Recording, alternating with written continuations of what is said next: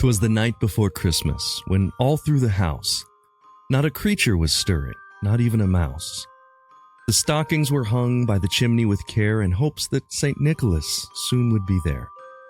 The children were nestled all snug in their beds, while visions of pickles danced in their heads. But wait, you might ask, pickles, how strange, on Christmas Eve? That seems out of range. Well, nestled in branches of green, thick and fickle, was the so-called famed German tradition, the pickle. An ornament glossy, not a vegetable brine, its place in the tree a supposed clever sign. Legend has whispered, find it, young sprite, and gifts you shall win on this holiest night. But is it tradition or marketing lore? A tale cooked up just to sell ornaments galore. The Germans, it's claimed, hid pickles of glass for clever young seekers to spot in the mass. But inquiries deeper have cast some doubt, for Germany's folks don't know what the hell it's all about. Ach nein, they claim when told of the tale. It's nonsense, we swear, a Christmassy fail. Could it be then a ploy of Victorian guys to boggle our minds and monetize surprise? Yet there it did hang in evergreen glow, a pickle so strange yet festive in show. For whether it's real or a whimsical story, its place in the tree still shines in its glory.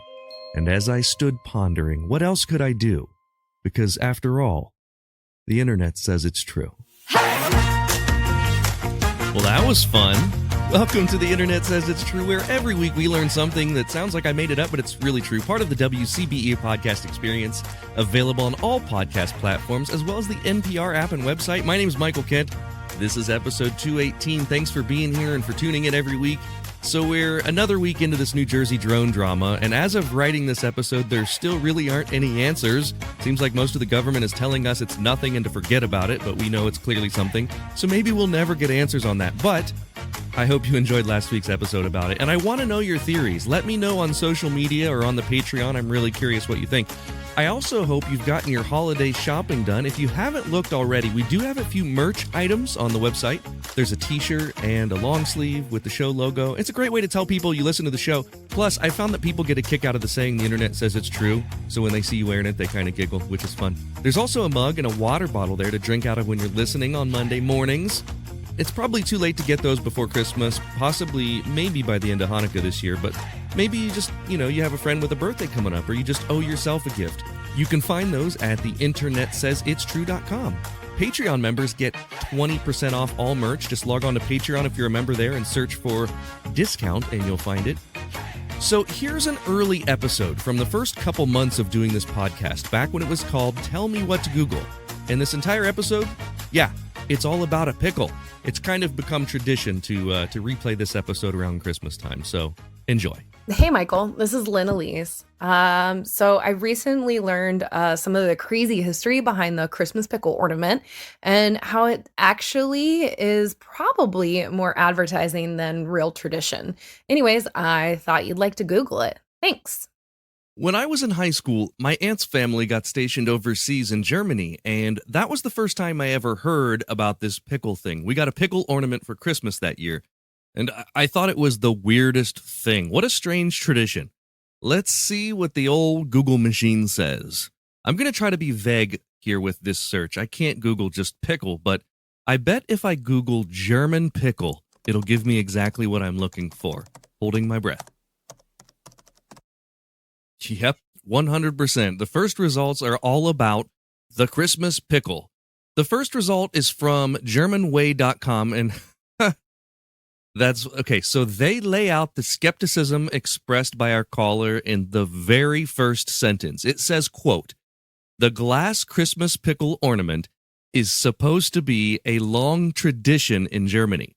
But does this old German tradition really hold up to close scrutiny?" End quote. So there we go.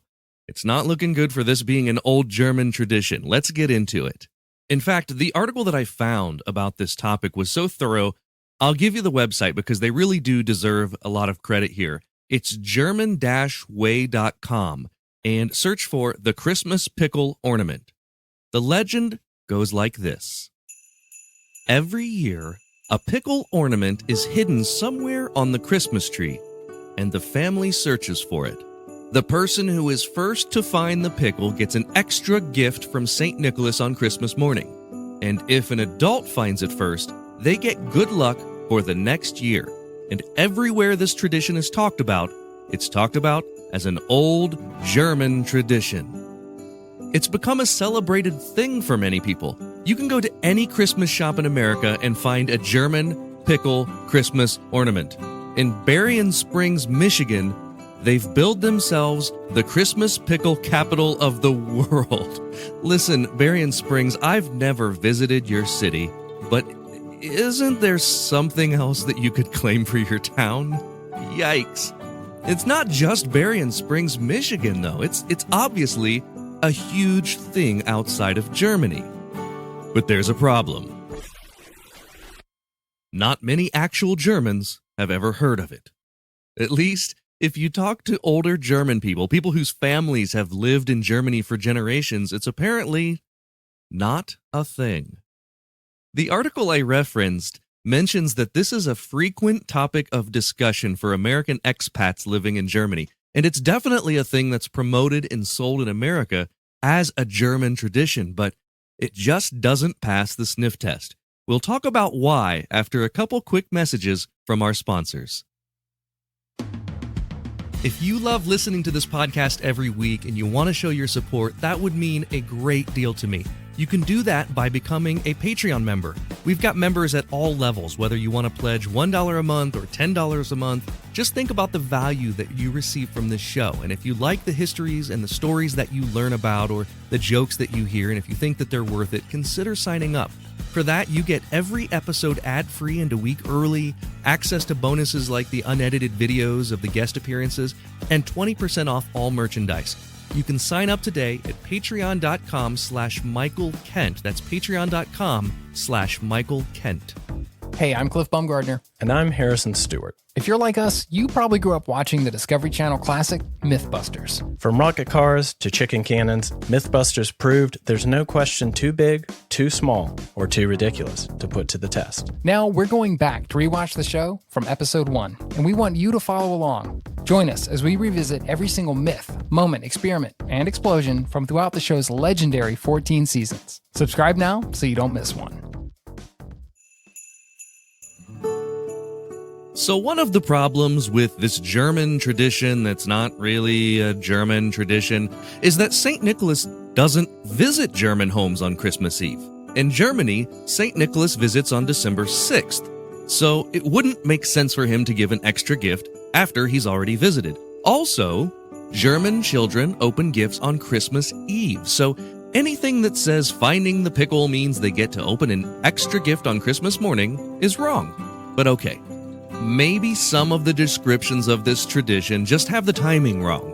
The main smoking gun that tells us the Christmas pickle is more myth than tradition is the fact that I mentioned earlier. Most actual Germans don't acknowledge it as any sort of long-standing German tradition, so where the heck did it come from? One story is more American in nature. A Bavarian immigrant named John Lauer fought in the American Civil War and ended up in the horrible conditions of the Andersonville prison camp. Starved almost to death, he begged the guards for something to eat and finally received a pickle, which nourished him to health and helped him ultimately survive the war. As the story goes, it was Lauer that started the tradition for his family of telling the story and hiding the pickle on the Christmas tree every year. Another story comes from Christmas pickle capital of the world, Berrien Springs, Michigan, which I should point out is also not in Germany. In Berrien Springs, they tell a tale about two Spanish children, not German, who were trapped in a pickle barrel. Apparently the story is that St. Nicholas rescued these two boys. Can you imagine being a Spanish kid trapped in a barrel of pickles? Then when you escape, they remind you of your near demise every year by putting a pickle on the Christmas tree. Merry Christmas! Remember when you almost died? So there's another theory that seems much closer to the truth. In 1847, glass ornaments in the shape of fruits and nuts started being made in the German town of Lauscha. For almost 200 years, this town had been known for its amazing glass blowing. Some of these glass ornaments in the shape of fruits and nuts were being imported to America by Woolworths. They became a popular item and sold at Woolworths for many years. The story of the Christmas pickle very well may have been a marketing ploy to sell more of these glass ornaments. Everyone loves a good story, and to think that the story is part of a larger European-inspired tradition, that, my friend, is how you move pickles. The number one reason we know that the German tradition of the Christmas pickle isn't any sort of German tradition is that the Germans say it's not. While the pickle ornaments are sold in Germany today, and there are some families who practice putting the pickle on the tree, most Germans will tell you they've never heard of it. There you have it. It doesn't seem like a real German tradition at all, but don't let that stop you. If this is one of those things your family loves to do at Christmas time, just keep on it. Make it your family's thing. Just know that it's not as European as advertised. My only question is, who's going to tell the folks in Berrien, Michigan? Well, that is all for this week. Thanks to Lynn Elise for the topic. Here's a kid who hates pickles. Thank you for listening to The Internet Says It's True. Don't forget to join up on Patreon if you want to see the unedited video of the guest appearance or to hear bonus episodes. You can do that at patreon.com/Michael Kent. Also, if you learned something that you didn't already know from the show, please visit iTunes and leave us a review with 5 stars and a few words. That's the rule. You gotta do it. That helps us a ton because that's how the algorithm works, to get the podcast suggested to more people. And that way we can keep learning something new, if the internet says it's true. The Internet Says It's True would like to thank the Patreon subscribers whose monthly contributions help to make this show possible. Sean Brown, Catherine Morgan, Bryce Swanson, Eugene Anderson, Matt McVeigh, Jim Martin, Joanne Martin, Joshua Indress, and the show's official Emperor Kick Track. The show is written and produced by me, Michael Kent. The theme song is by Finite Music Forge, and additional music this week is from Chris Haugen. All audio clips in this episode are used for education and commentary and used under Fair Use Title 17 U.S.C. Section 107. You can listen to past episodes by searching for The Internet Says It's True wherever you get your podcasts, and you can see bonus content at patreon.com/Michael Kent.